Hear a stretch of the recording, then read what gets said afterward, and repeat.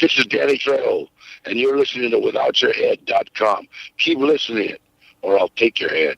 Well, welcome to the station of decapitation without your head. I'm Nasty Neil, and I'm joined by Gigi Saul Guerrero of Luchagore Productions. Hey, how you doing? Good, man. How are you? Excellent, excellent. This has been a couple years in the making, I think. I think so. I do remember this, yes. But thanks for Keys for out there for setting it up. She said she demanded you come on, and so here you are. I love that. Keys is a great person. Yeah. So first of all, how did Luchagore Productions begin? Oh man. Well, I can tell you the funny story. The whitest guy in our team came up with the name. Most people think, "Oh, Gigi came up with it." It's like, no, that was Luke. Luke Bramley came up with that name. He's like the pun master. But yeah, Luke and I went to the same film school. And just from there, we met Rainer, who's our producer, our other co-founder, but he went to our rival film school. And we were one of the first teams here in Vancouver to ever combine both schools together, because they're very, very, very competitive schools. And we just kind of were like the outcasts of our class. Like, we were kind of the only horror freaks for Luke and I that were really making that stuff during school. And Rainer as well was really interested in making different kind of stuff from his class. So it just kind of all worked out, and we made our first series, which was called Choose Your Victim at the time, which was one of our graduation projects. And then after that, we were like, hey, we're a really cool team. Like, let's start gathering people. So from there, we became Luchagore. Must have been late 2012, early 2013, something like that. Yeah. I didn't realize that, like, film schools would have rivalries. Oh, no, they are. Like, we make fun of each other all the time. Like, if I mess up on set, or especially if Rainer mess ups on set, we're like, oh, it's because you went to Vancouver Film School. Or if I mess up, it's like, oh, you're from Capilano, it's okay. Like, we always make fun of each other from what school we're from. So it's good times. It's good times. But now I teach directing at VFS, which is Rainer's old school. So I feel like my school, I might feel a little betrayed by me because I joined that side, but we'll see what happens. Yeah. So the first movie I ever saw, the first short I saw you guys was Gigante, and which I just love, because I'm a big wrestling fan and horror movie fan, so it's perfect for me. That's perfect. I love that short so much. Have you read the book? No, I watched it again last night. I binge watched your stuff. And I didn't realize it was a book until the second time I watched it. That's pretty awesome. I highly recommend the book by Shane McKenzie. The book is called Muerte con Carne, which means death with meat. But basically, El Gigante, like what you saw, was chapter 1 of the book, is the opening. So, I mean, our goal at Luchagore is still to make the whole book, so make our feature of El Gigante. The book is awesome, but we need money for that one. So we'll make some other stuff first, and then El Gigante once we get that chance. That's true. Right after watching, I saw that it was based on the novel. I went and looked it up on Amazon, and I saw you can get the you can get the physical copy. It's also on Kindle, so I'm definitely going to be reading it. Oh yeah, it's awesome. And seriously, if the last 3 chapters, you just can't put the book down of what the fuck is happening. And it's so grotesque. And like, I remember all of us saying, if we ever do make this into a feature, which I hope we do, stuff at the end, it's like, I don't know what's worse, El Gigante or like Serbian film with certain things. Like, I'm like, oh my God, like, I think my parents will never forgive me for this one, So hopefully we'll see. Fingers crossed that chance happens. Yeah, because just El Gigante is pretty graphic. It's pretty gory. So I would assume that was the end. But if that's just the beginning, now I'm definitely looking forward to reading it. Oh, awesome! You'll have to tell me what you think. Yeah, definitely will. So who played Elegante in it? His name is David Forts. He is probably the most polite, gentle human being ever. And I don't know if he still works there, but he worked I think, at a Greek restaurant here in Vancouver. And quite a few people that saw El Gigante were like, oh my God, El Gigante is serving my food. And he's like the most polite man ever. Like, um, I remember like directing him on set, and I'm like, David, like go full out, like go full beast, like show me, this, that, like blah, like going so into it. And he's so calm. He's like, yes, ma'am. Like so calm. And I'm like, can you do that? And he's like, yes, ma'am. Like so calm. I don't know how and then suddenly like, rah, he would explode. Oh, he was so awesome. Like we were not gonna make the short if we didn't find someone like him. It was just, it had to be it. And he was the last person to audition. So our hopes were very low by that point. We were like, well, we're not gonna make this one, I guess, And suddenly he walked in, and he was wearing like a hoodie, and it was one of his first auditions at the time, and he was a little shy.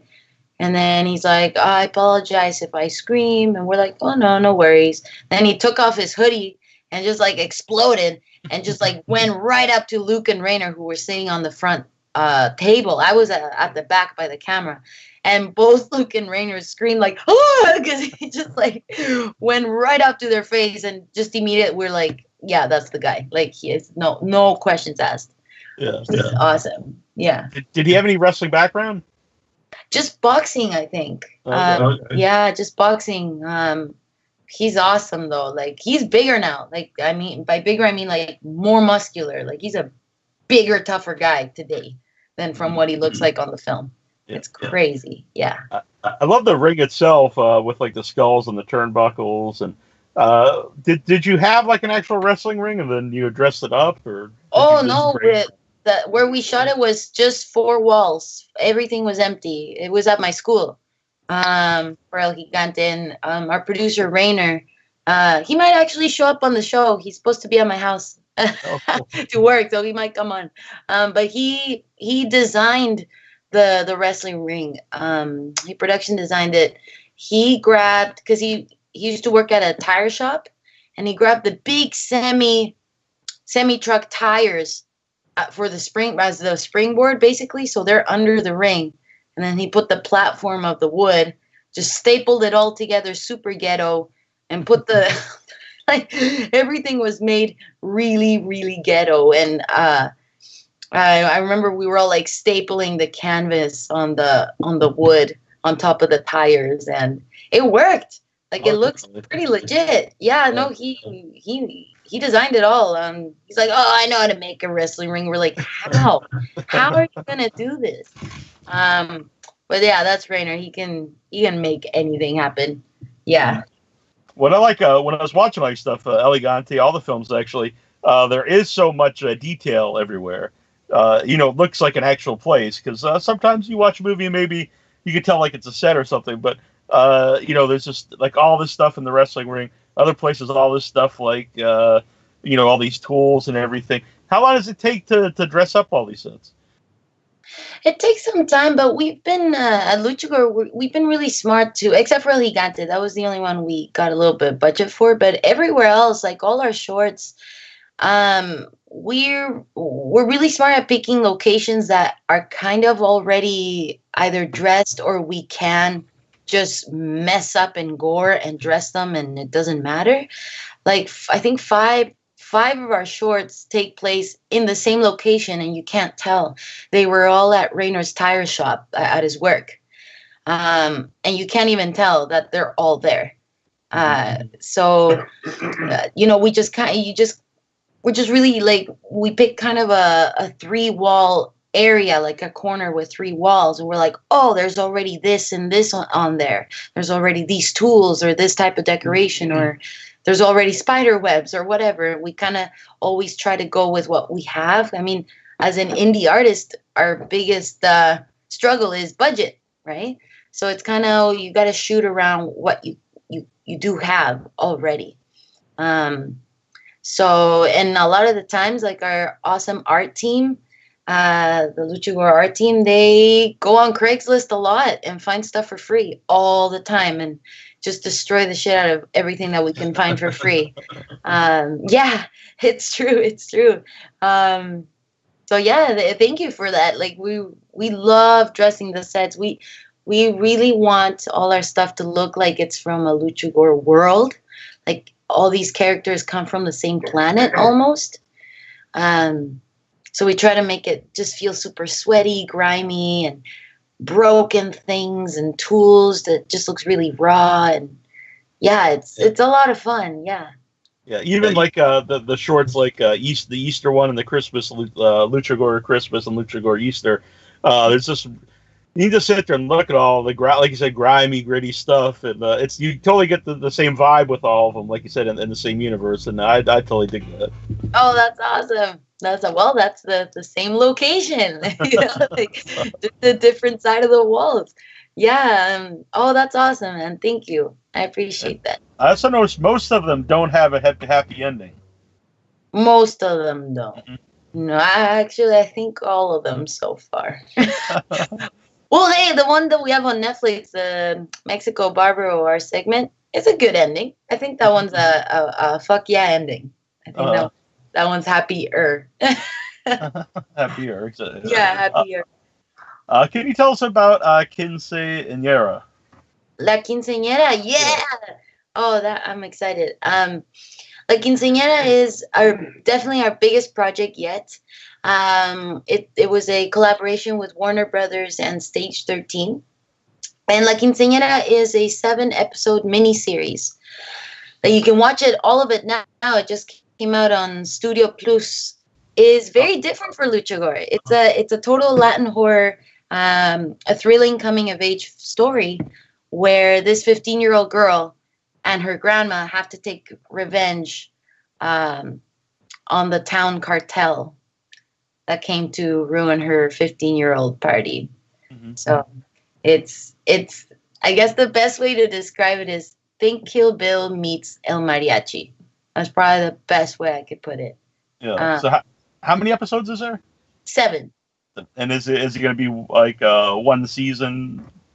Well, no, we need people to watch it because then we can make more seasons. We left it. I won't give anything away, sure.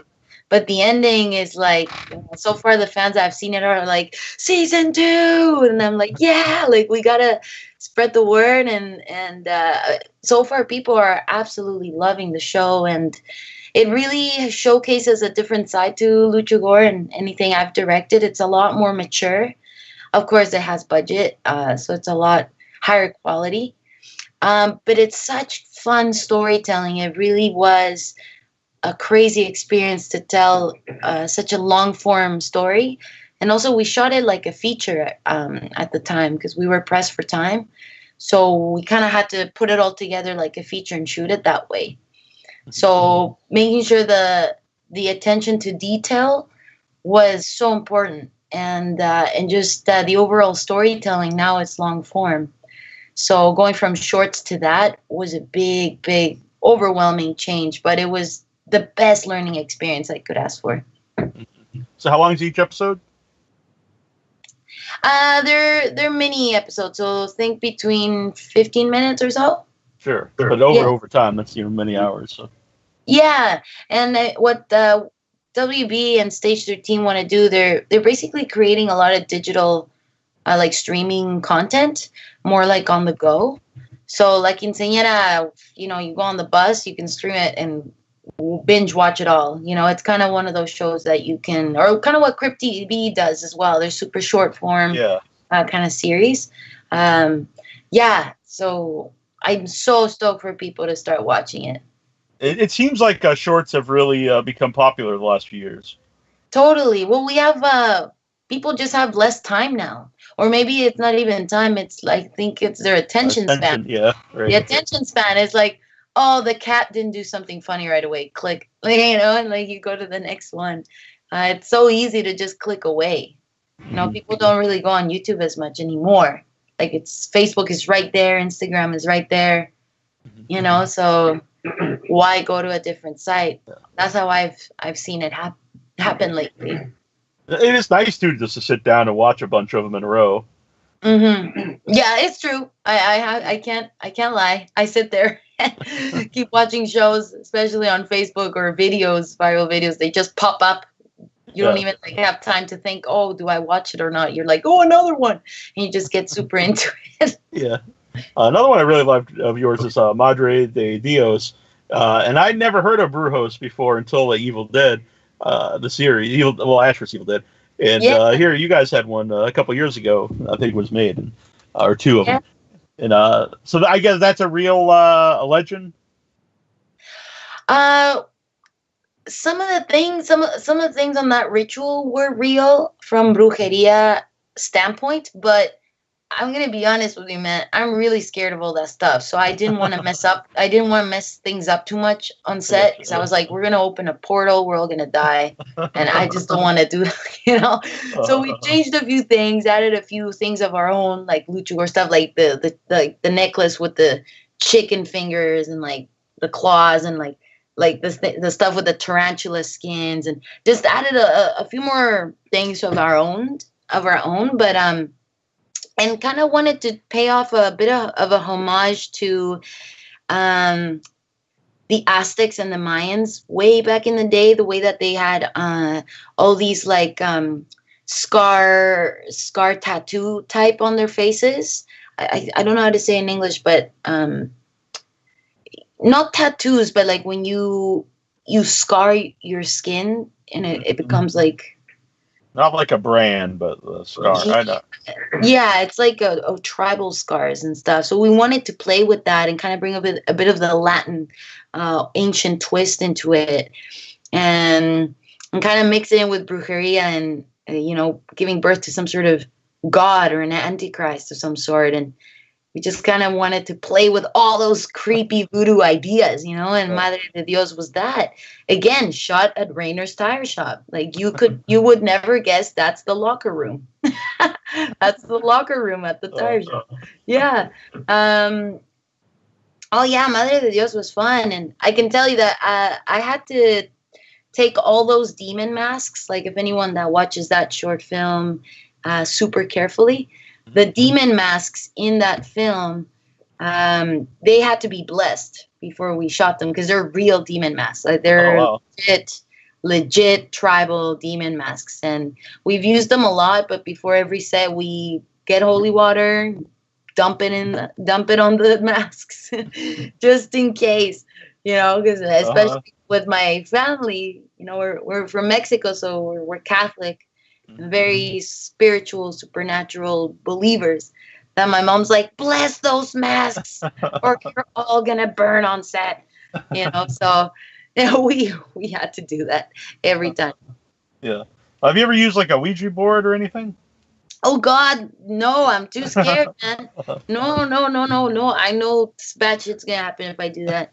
Oh my God, we found one in one of our I think it was one of our second houses. It was on the crawl space. I must have been like 14, 15. Yeah. And it was just some Ouija board. It was a little different. I mean, it didn't look like your typical wooden Ouija board, but you can tell it was a Ouija board because it had the letters, the numbers, but it was like a different layout. And it was, you could tell it was handmade because it almost was with the texture of a clipboard, just like super hard. I guess wood, but not really. And my sister and I found it. We're like, look, Ma, someone made a Ouija board. My mom's like, burn it, burn it. What is that? Get it out of my house. Like she just freaked out. I was like, oh my God, But yeah, no, you walk in our house and there's Virgin Mary all over the place, that stuff. I'm too scared. Yeah, I used one for the first time a few years ago with my friend Annabelle, and I'm not necessarily a believer in that kind of stuff. And we used it in this cemetery near me, and it was.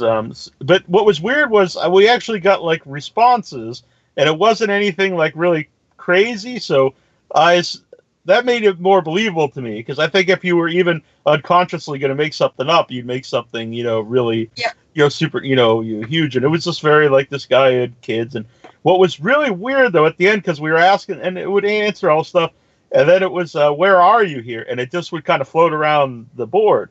And I knew that cemetery is haunted. Well, it's considered haunted, but I never knew why. And then when I looked up the reason, it was flooded when they built the canal, and then when they moved the tombstone stuff, they're on the wrong, they're over the wrong bodies. So that really made it weird how it just floated around when we were asking where he was in the cemetery.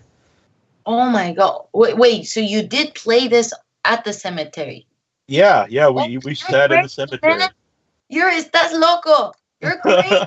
I couldn't. Oh my God. Oh, you are so brave. Oh, I'm scared. Dumb, maybe. I'm scared, like, hearing this. Like, what's funny? Like, I love horror films so much, but when it comes to demons and possessions, ghosts, I get so scared. I believe everything I'm watching. I also think I love believing in it. Like, I love being so scared. It's such a thrill. I probably would play the Ouija board at the cemetery, like, because it's a thrill, I could see myself doing that now that I'm older, but I know what I'm in for. I know that I'm gonna like be haunted or something. Yeah. Do you feel that like a lot of the stuff you're talking about, a lot of the Latin demons and folklore and stuff? Do you think that's like an untapped market in horror movies? Because it's a lot of stuff. We've seen vampires and everything that everyone knows, but some of this stuff isn't something that everyone knows about here in America. Yeah, I think it's slowly rising. I think the culture in general, it's slowly being more recognized and being put in more in films. I mean, like, for example, Paranormal Activity a few years back did the marked ones, which was more Latin based, right? Mm-hmm.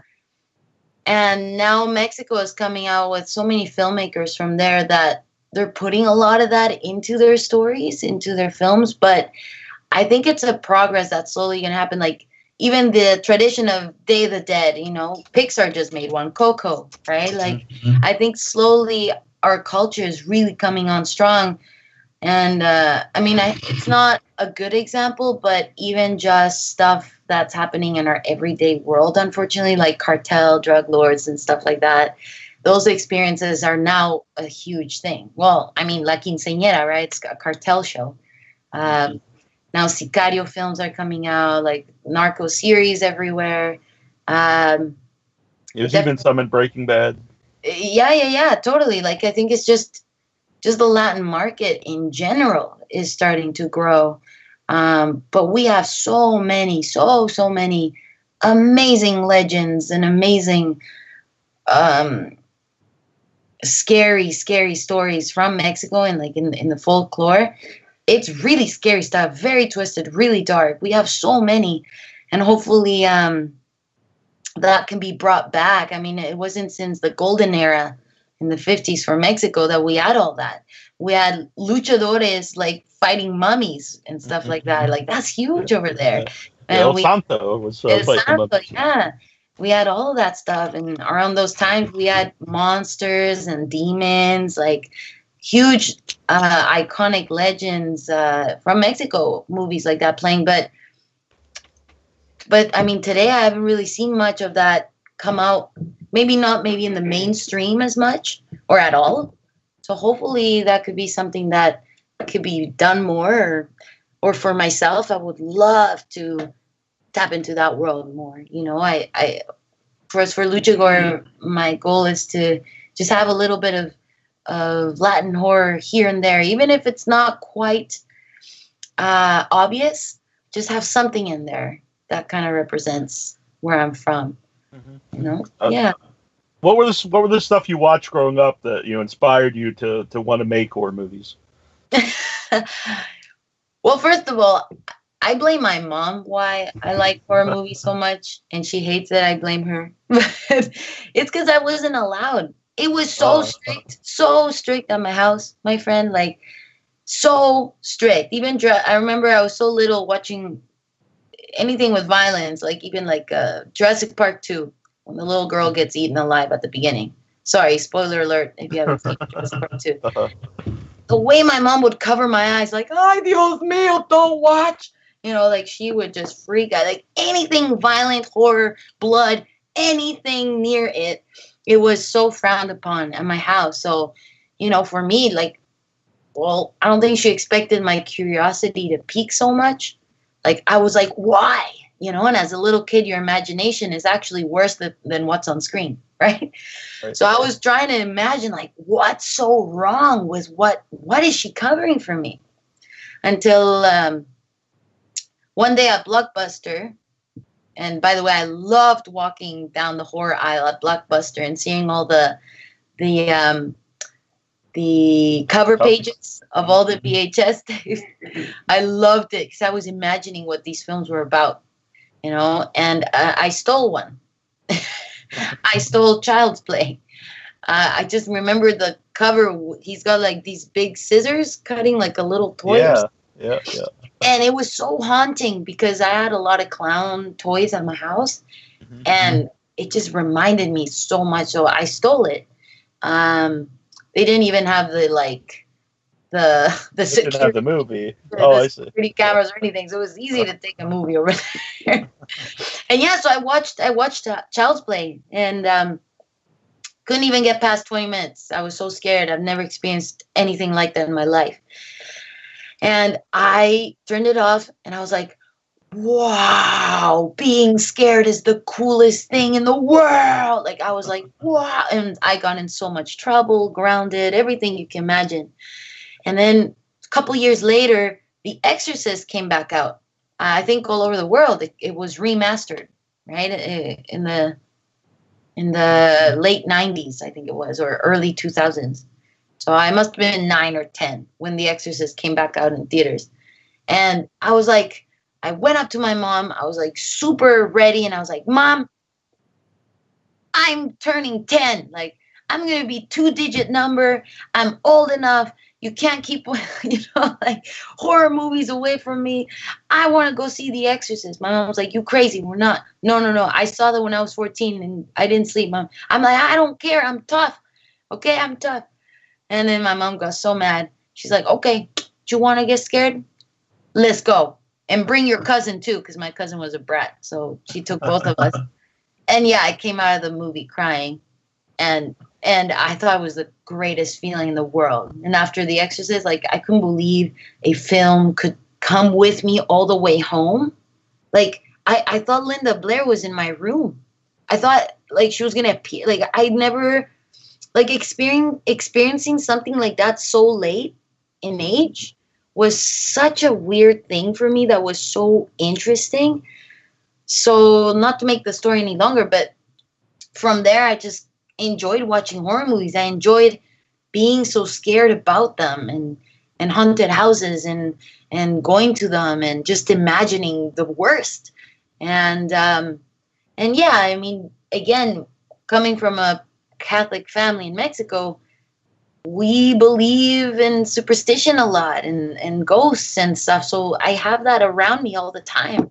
I mean, we have a Day of the Dead celebration where we celebrate the dead, and embrace it. Like, there's so many different feelings over there that get mixed. So for me was just kind of easy to be interested in horror, and as a filmmaker, growing up, I started watching Devil's Rejects. I remember first time I saw Devil's Rejects, it hit me so hard. I was like, wow, like that movie's so gritty and raw and like real people, and not so much like Chucky is super, like, very, something that could happen, based in reality more. Yeah. Based in reality more. And I saw Devil's Rejects like late, like when I was 19, 20. I never heard of him. It was thanks to Luke that he was like, okay, you're watching like whatever horror. Let me show you some good stuff. And he showed me Rob Zombie, and I was like, oh my God, like he's awesome. So yeah, definitely the two movies that hit me hard in terms of horror were definitely The Exorcist and Devil's Rejects. Made me really, just take a turn on a lot of stuff, and started being more interested in different filmmakers and more visceral type work. Mm-hmm. So actually, are you looking forward to 3 from Hell then? Yes. Mm-hmm. Oh my God. Freaking out. I cannot wait. Yeah, no, I'm pretty excited. Really big fan. I'm a really big fan. So, actually, what's just a quick thing is our first show in 2006. The first guest we ever had on the show was Sid Haig. No Captain. way. Yeah, it was kind of a it's kind of nerve-wracking the first time you're doing an interview and it's Sid Haig is on the show, but he was totally cool, so it went very well. Hey, that's pretty cool to be one of your first guests. Yeah, the very first one. Mm-hmm. Oh, very first one. Yeah, hey, man, that's awesome. That's really, really awesome. Which one's your horror film that really impacted you? Or let's see. When I was a kid, I always really liked Psycho, but the first one that I still have it here. The first VHS tape that my mom bought me was Creep Show. I always loved Creep Show. Oh, yeah. It's a really good blend of everything. It's got, cool monsters are in it. It's a little tongue in cheek. Yeah. And then I love the anthologies with the short stories. And then it's got kind of the comic book feel, and so everything about it I was really liked. Wow, you know what, man? You just inspired me to watch that again. I don't think I've seen that in maybe 10 years. Like a long time. Oh my God. Okay. I actually wrote this down. I still have the old clamshell. The tape itself doesn't work anymore. I guess wore it out, but I kept it because the VHS clamshell case is pretty cool. That is so cool. That's really cool. I love that. And yeah, it was the first one my mom bought me too. And VHS tapes were very expensive back then, so it was a pretty big deal. Mm-hmm. Mm-hmm. Sorry. Oh no, sorry. I was gonna say that we had a VHS thing at my house when I was really, really little. Like my first few steps into being a obsessed movie person. My dad had this like VHS box. I don't know what it's called, but you can actually, when you put a VHS tape in it, you can watch the movies frame by frame. Like it had these specific buttons that could just go one frame at a time. And you can go forward and forward and backwards on it. And I'm talking like 3-year-old me, 3 to 5-year-old me. When I started using that, I loved watching all my Disney VHS steps frame by frame to find mistakes, like continuity mistakes or drawing mistakes or something like that. And sorry, it just reminded me of that. Yeah, that's cool. Yeah, super weird kid, but I mean, whatever floats your boat, right? Right, exactly. So does your mom watch your movies, and was she encouraging you to go with this? She watches them now. She has trouble with them, but like a lot of trouble actually. But she's always like covering her eyes. She's like, "I'm so proud of you, honey," Or like just recently, she was super happy. I booked an acting gig for a kids show. So it's all happy and dandy, and my mom's like, "Oh, I'm so happy, something not gory," like super stoked. But my mom's favorite is one of the last shorts we made, Bestia, because it has no gore. No, you can't really see the monster. So my mom's like, "That one's my favorite." So I was like, "No worries, Ma, just for you." Yeah, I really liked Bestia too. It's a little different than your other ones, I think. Super different, yeah. Yeah, we really wanted to play more in atmosphere outside and challenge ourselves. Like, hey, well, what would it be like to shoot this in the day, right? Like, how can we make it feel unsettling in the day? And really play that your imagination is actually worse than what you can see on screen, which is what we've done every time. We show the monster, we show the gore, we show everything. So Bestia was totally just a fun day out in the woods in the super dangerous location. Just totally making a short that was super different. That's more about the audience's interpretation. And it's been really cool to hear from a lot of fans what they think it was about and how different everybody's answer has been. So definitely when we put that online, I really look forward to seeing more comments about that. Yeah, definitely. It's left up, kind of like a '70s movie, where it's left up to your, exactly said, interpretation of what is happening.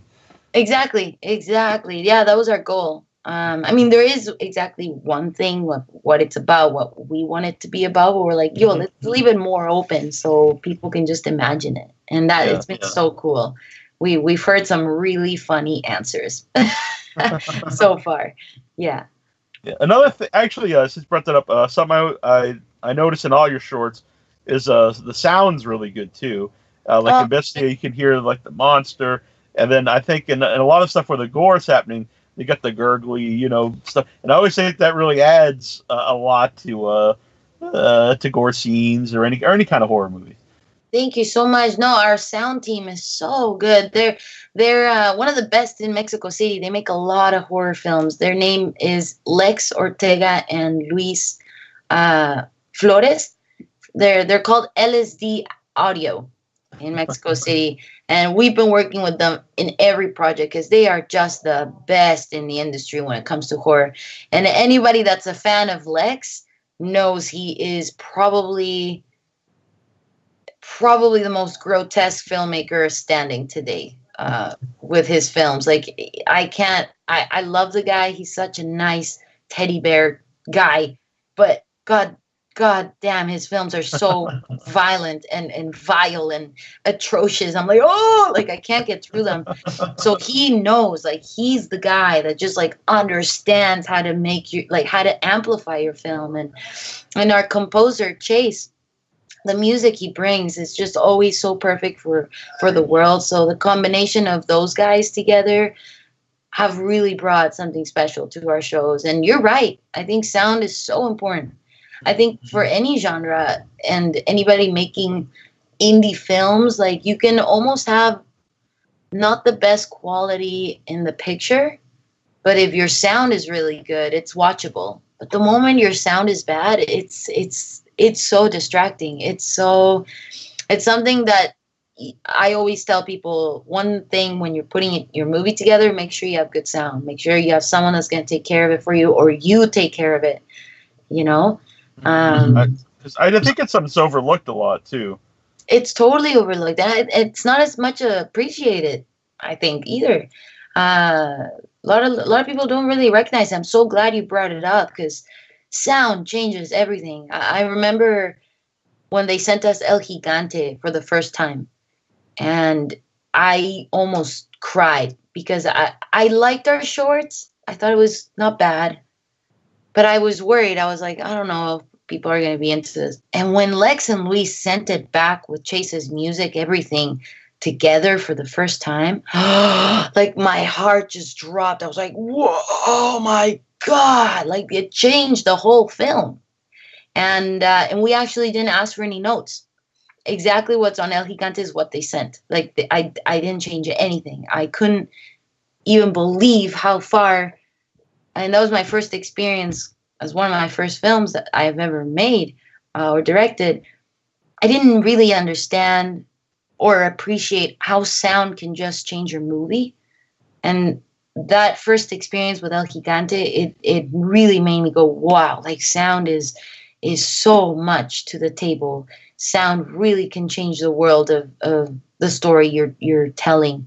So yeah, it's awesome. We've worked a few times with another guy from here in Vancouver, Robert Fanouf, and he's made our Fright Nights commercials, and he's so cool. He's great. And even for a sound designer like him, he has expressed to us many times that how awesome it is when he works with us, not just because it's us, even though we're super cool, but just that how awesome it is to go from regular shows, comedies, or making regular commercials to go into a horror world, into a super exaggerated version of reality in a genre film or project, and how much further he as a sound designer can go and immerse an audience into it.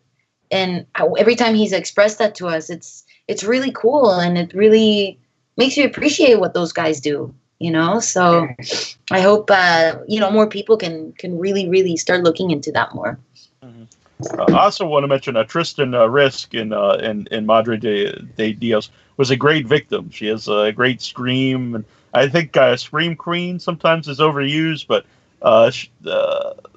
she really brought like terror to the role. Oh, thank you, man. Yeah, because she's been wanting to work with us for a while before, and I was like, Tristan, I'll find something for you. I'll write something for you. Like, not yet, not yet, not yet. And then I was thinking about, I was like, you know what? I've never seen Tristan, like at the time, I swear I'd never seen her play a victim. I've always seen her be the boss bitch, the badass, the, super fun, crazy girl, like kicking ass. And I was like, I wonder what it'd be like to see her totally on the other side and not say a single word. Like, how much can she portray just through emotion, through eyes, through body language, just like, through total fear.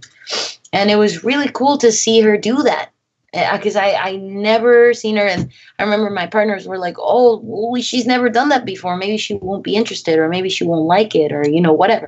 And I was like, no, exactly. For that main reason, I think she can really get into something new, into something fresh. And I can speak for myself as an actor. When you put into something new, man, you give it your all because you're trying something new. Another example is our actor Matias in Bestia. Mm-hmm. He's played our bad guy in everything. And he's our bad guy in La Quinceanera. He's our bad guy in just about every short in El Gigante. He's always playing the greasy Mexican, always. And when we wrote Bestia, we didn't write it for him. We had in mind just like a big Viking man, like a big white burly man, like looks like straight out of Lord of the Rings or something like that. And Matias was like, no, like get me, like I want. We're like, no, man, you don't even have a beard, you have short hair, like you don't look the part. He's like, no, like transform me, like I'm the guy. And we're like, why you? He's like, because I've never played anything like that. I've never been placed in a situation like this before, and I want to. And it's a total example how when an actor just is passionate and wants to just give it their all for something new and fresh, oh man, they kill it. And sure enough, in Bestia, he proved us wrong. Like, he was awesome. Like, I couldn't believe how good he was. No offense if you're listening, Matias. you are a really good actor, but goddamn, like Bestia, like he killed it for sure. Yeah. And being the only character in it, he had to, or else the movie wouldn't have worked. But he's the one who sells all of everything that's going on.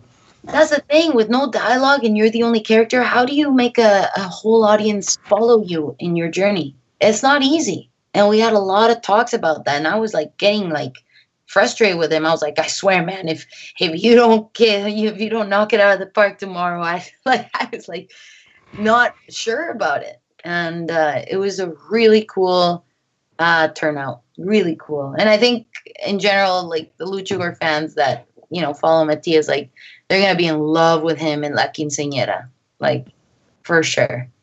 It's gonna be great. Yeah, I have to mention too about Tristan, because you said about the eyes, and I really liked everything in Madre De Dios, and everything was, but the eyes, I think her eyes, and I don't want to spoil the movie, but there's eyes in a particular scene that I think is the scariest part of that short. 100%. Like Tristan definitely had that, and everything. You're 100% right, and I just love how she's so committed. And even having talks of nudity and stuff like that, I told her, look, I've seen you nude before in movies, but this one's gonna be different. This one's gonna be vulnerable. This one is gonna not give this. It's not the same impression, right? So she was so into it and so understanding, and I mean, hopefully we'll work with her again. She's awesome. Like, she's a really cool girl and just so into it. And doesn't care. I mean, I remember she was walking around the set, like, everything out. She's like, going to the bathroom. Like, it's like, okay, Tristan, go ahead. Everything's showing. She just makes set super comfortable. And that's super important, I think, especially in an indie production where you're pressed for time. There's no money. It's very little crew. Everyone's got to be in such a good mood. And when an actor can portray that, it's so appreciated. And she's definitely one of those. Mm-hmm. When you see your movies at the festivals, what's that experience like to watch something you made with an audience?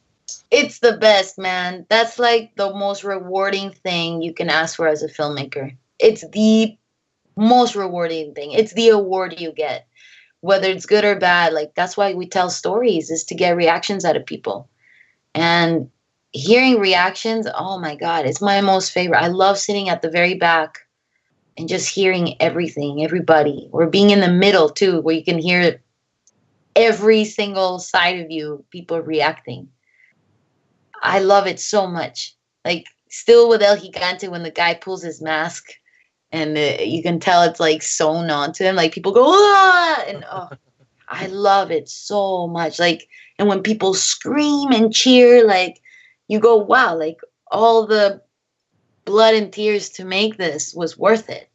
Everything that you went through was worth it for that specific moment. And I'll never change my mind about that. Like, that's why you make a movie, is for the reactions you get. People walking out, people screaming, people crying. Like, and only horror can do that. Only horror can make a whole room of an audience feel different stuff. You'll get the people squirming, the people covering their eyes, people laughing, people crazy like you and me cheering when people die on screen.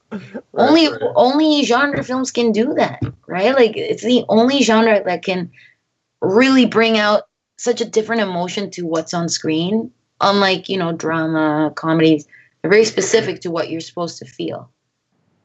Yeah, and I've always mentioned on the show there's horror conventions, obviously, but there's no like a comedy convention, romantic comedy convention, or anything like that, because I don't think it has the same type of fan base. Boo! Yeah, that sounds so bad. And I totally agree. Like, oh my gosh, going to conventions is so fun. It's like everybody's there because everyone's a fan. Like, of the same crazy, crazy, nasty shit we all love to watch. And you're right. We're the weirdest human beings out there, and it's awesome. And we are the best fans for sure. I think horror fans or genre fans in general are the best fans in the world, the most supportive and the most honest. So they'll tell you if your film sucks, and that's important. Yeah. So, what are you working on now? Well, right now we are trying to put a Luchagore feature together, like our first feature. I'm trying to, get out off the ground, hopefully season 2 for like Quinceanera, but that's still, on the down low. We'll see if it happens. We need people to watch season 1 first. But our goal is to make a feature for Luchagore. So we are going hard with our new script that we've finished for the last 6 months. It's written, it's ready to go. So now it's looking for funding. Hopefully that could be our calling card before an expensive movie like El Gigante. But hey, Luchagore is always going to put out some fun viral videos for everyone to enjoy online. So definitely we'll keep everyone surprised with those. Yeah, I had a fun time. I was watching all of them last night. I liked the Black Mask one, actually. Oh my gosh. That was so fun. We didn't tell anybody about it. We just kind of put it on. And people went crazy. I got I got a ridiculous amount of comments of people thinking it was real. People telling me, you should sue them. Like, your skin, like, poor you. Like, I had just last month, my aunt from Cancun, she saw it randomly and she's like, oh, are you okay? Like, she thought it was real. And I got screenshots from a friend. And this was like recent, like in the last 3 months, couple months. She's a makeup artist, and she's part of different, there's Facebook groups for everything now. Mm-hmm. And there's a big makeup Facebook group, or special effects makeup group. And she screenshot me how some random shared that video on there and said, look at this dumb bitch ruining her skin. And everyone's comment was like, she probably didn't moisturize. She should have used this and this product. Like, what was she thinking? She left it on too long. Like, people legit thinking that the Black Mask video of me is real. And I was like, you can't be that stupid. Like, you can't be that dumb, right? So that was a total, like, hey, let's just surprise the fans with a black mask, because that thing was trending so much. And those videos are pretty funny. Like, there's some really funny videos of people taking off the black mask, and I always was like, oh my God, someone's face is gonna be pulled off. Wait, let's do it. You know, that was a blast. It was just three of us in making that little thing. So we'll make another. It's also funny that there are people that were trying to like defend the makeup. They're like trying to blame me. If they thought it was real is one thing, but then like blame the person for having their face ripped off. I know, right? I was like, what kind of support is that? But yeah, people were so worried for me, like family and friends that just were. But even if you go now, like on the Facebook one, which is the one that went viral, the comments are so ridiculous. I'm like, you really think that's real? Like, come on. Like, they're like, oh, that's why I don't use this product. This is what I was avoiding, and like things like that. I was like, no. Oh, it's good times. Yeah. So are you a Lucha Libre fan? Of course, my friend. Of course. Do you have favorite mask, favorite lucha stars? Yeah, I mean, I grew up with the classics, like El Santo and Blue Demon are the ones that I was growing up with. You know, I remember my dad would take me to Lucha Libre matches, and like I would see El Santo like on the mural or painted here and there, and I was like, you know, he's our Superman, right? It's like Superman and Batman for us in Mexico. And then I started buying a bunch of the movies when I was little. Like those I was allowed to watch because they're more silly.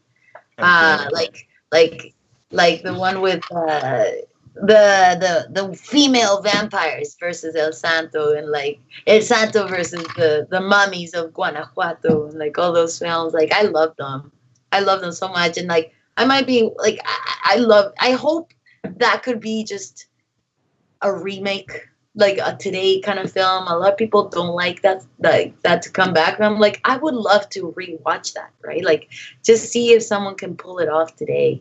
To bring those back. Maybe me or someone, but I mean, I would love that.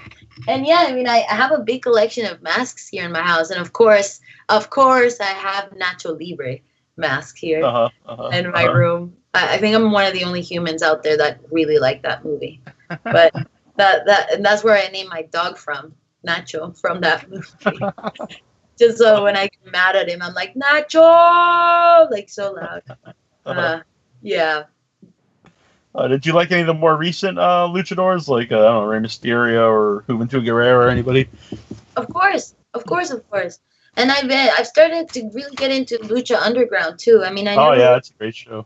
Yeah, I never really gave it a chance, to be fully honest. I was like, oh, it's probably too like gringo nice, you know, like it's probably like meh.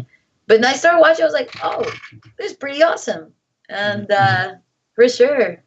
Yeah, it's totally different than any other wrestling. It's like a movie or a TV show that happens to be about wrestling, as opposed to like a wrestling show. Exactly. Oh, and the movie, The Wrestler, is awesome. Oh yeah. Nothing to do with Lucha Libre, but just wanted to bring that up. Ricky Rourke is so good. Yeah, it's an excellent movie. Cheap plug for myself. I interviewed Juventud Guerrero a few years ago. It was a really good interview. Eddie Guerrero, really? Juventud Guerrero. Oh, okay, because I was like, Eddie Guerrero, he's like my that would have been. He passed away, but he was from my mom's side, cousin, like far away cousin. Oh, really? Yeah. That's pretty cool. Yeah. I've interviewed some of his brothers, but not him. Oh, yeah, well, may he rest in peace. Yeah, definitely. So, how... Go on, sorry. Oh, sorry. I was going to say, I was going to change a while ago my artist name to just be Gigi Guerrero, but I was just too, when I started that for just very little amount of time, I was too like kind of put together with wrestling, like, oh, you have to do with wrestling, or are you part of some sort of wrestling? So I had to put my other last name, Saul Guerrero, in there just so it could be different. But I love just Guerrero because it means warrior in Spanish. But I was just too, resembled with wrestling for no reason. So I changed it back. I just like to bring it up. I'll be honest, I wasn't asking if you were related to Eddie Guerrero anyway, but then I thought, oh, she's going to think I think all Mexicans are related or something, and think I'm we like are at the end. At the end of the day, we're all cousins, all of us. So how can you follow yourself online and follow Luchagore Productions? Yeah, well, my social media is always at Horror Guerrero. But Luchagore is where we post all our awesome stuff. By the way, we're gonna have new swag too. We're gonna have Luchagore hats. Oh my god, they're super sexy. Luchagore hats and new t-shirts, like brand new design. But yeah, you can follow us on Facebook, Twitter, and Instagram as Luchagore Productions, and or our website www.luchagoreproductions.com, and a lot of cool stuff is going to be happening. So hopefully a feature season 2, more short film, like viral videos, lots of great stuff coming. Cool. I love the Gigante will make America great again t-shirt. I really like that. I saw those. Those sold like pancakes, man, like hot pancakes. We were scared. We were so scared that we took out our logo after we kind of finished the design, because we always put Luchagore. Sure. We're like, you know what? Let's just, if people are fans, they'll know it's El Gigante, right? Mm-hmm. And hot damn, like those shirts flew. I only have one left in my stock here. Like it just like flew. I couldn't believe how many people wanted one. It was amazing. It was absolutely amazing. Well, I'm not just saying this because you're here, but I definitely looking forward to anything you put out there, because I really it really appeals to me. I really love the vibe of everything I've seen of yours. Oh, thank you so much. I really appreciate that. Well, it's thanks to people like you. You know, it inspires me to just keep making more stuff. Like if people love it, I love it too, right? Mm-hmm. So, yeah. And it's been awesome to have you on the show. Thank you so much. That was fun. Let's do it again. I was gonna say you're welcome back anytime. So yeah, we'll definitely will. Awesome. Thank you. Yep. And we will do a video one at some point. We'll figure it out here, and because I've got a lot of lucha masks too. So I think it'll be fun to do a video one. A lucha mask face-off, standoff. Exactly. Yeah. I love that. All right. Thank you so much for doing this. Awesome. Thank you so much. We'll talk soon. Yep. Bye. Bye. Hi, this is Adrienne Barbeau. Just call me Billy. Everyone does. And you're listening to withoutyourhead.com.